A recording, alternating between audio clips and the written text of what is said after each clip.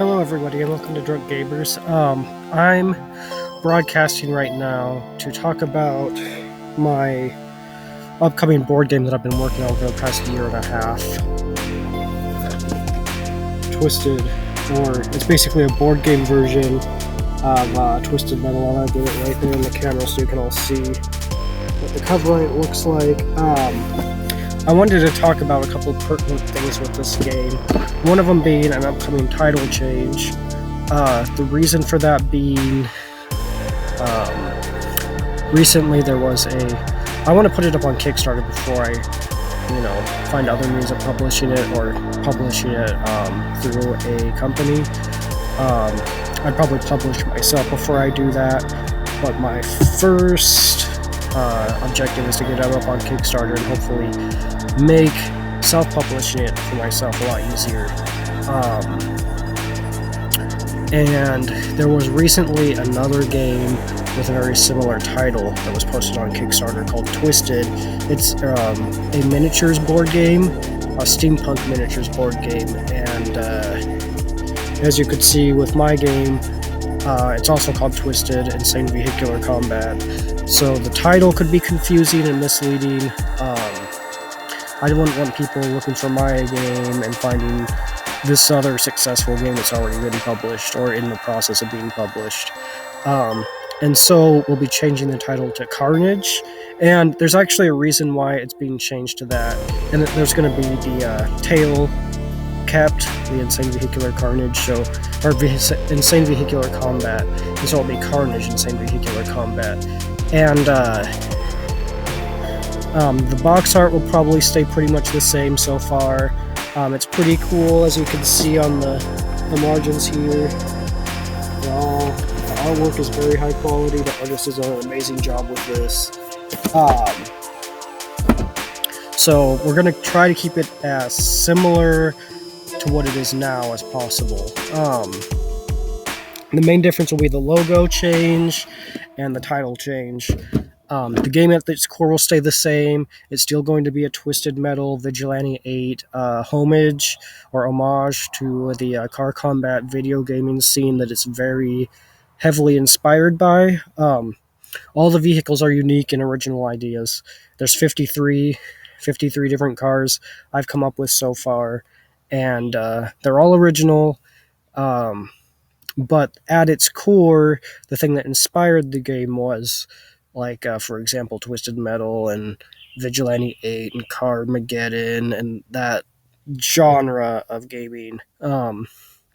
So I'll go ahead and show you guys a little bit that I have printed off right now for it. Number one being the weapons deck, which again, I'll try to get it up in your face so you can kind of see.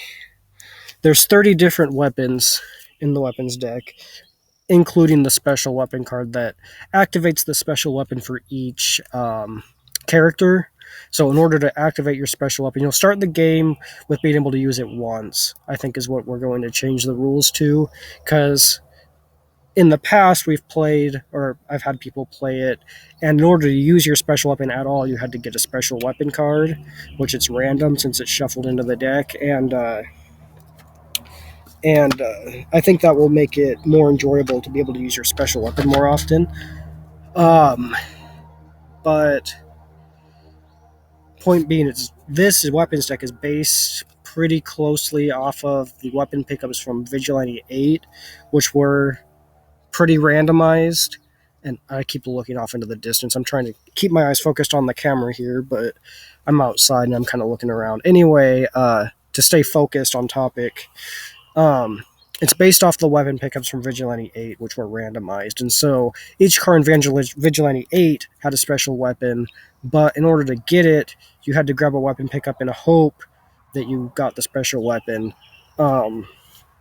With that being said, there were certain weapon crates or whatever that were always the special weapon. They were green instead of brown, and so you could pick those up and be guaranteed a special weapon, but you can't really do that with this game, at least not very easily, without making another card type or something. And so that's how we're doing it. It's just a randomized weapon deck, and your special weapons are going to be something that you have to, for the most part, hope you get. but they are unique to each vehicle. So 53 unique vehicles, 53 unique special weapons. None of them are even close to being similar.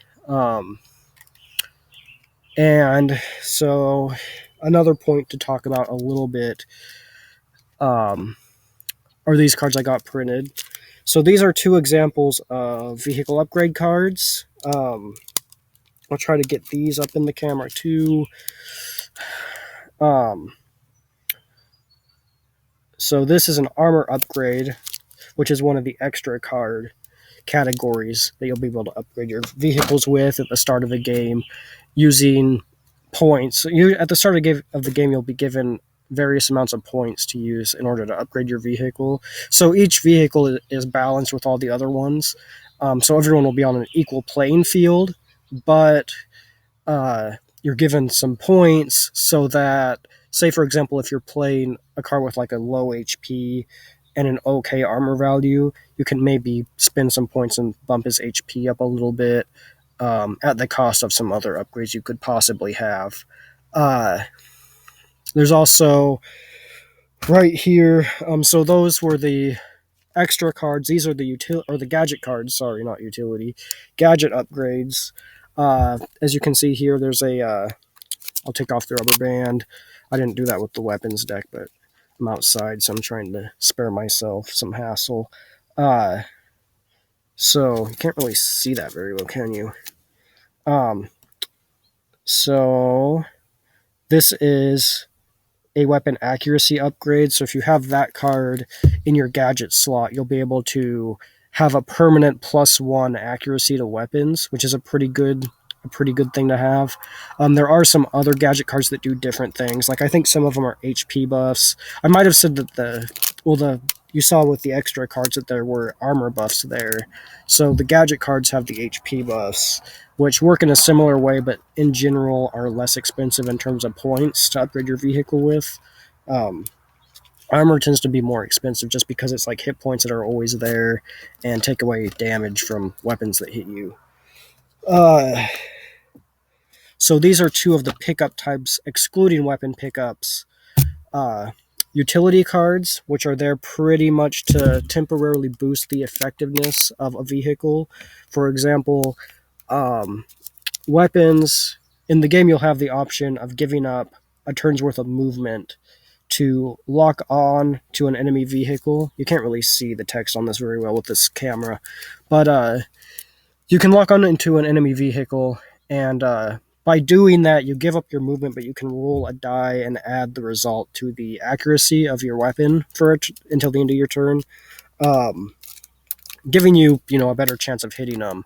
And plus, once your weapon accuracy gets to a certain point, there's other benefits to it, to having high accuracy. Anyway, with +1 weapon lock, what that does is it just adds 1 to your lock-on rule, and it lasts until the buff lasts until the end of your next turn. And that's how most of the utility cards work. There are things like radar jammers and shields, which either prevent damage or make it to where enemies can't target you until the end of your next turn. Some of them last longer than others, but for the most part, it's until the end of your next turn or until the end of the round, something like that. And a round of combat lasts from the beginning of the first player's turn until the beginning of that same player's next turn. So health pickups, as you can see, I didn't show you the backs of those, but health pickups are basically things that restore your vehicle's HP. So in Twisted or Carnage, damage works a lot the same way as it did if you know how the damage works in like Pokemon cards, where as you take damage, you collect like damage tokens. And by getting health cards, they allow you to discard damage tokens or restore vehicle hit points with varying amounts of damage. So you'll have a chance of, I think the lowest one is 10 hit points, and the highest is like full health, which restores all of your hit points. And so when you grab a health pickup, you'll have a chance of completely healing your car, just healing your car a little bit. But that's how those work. Again, based off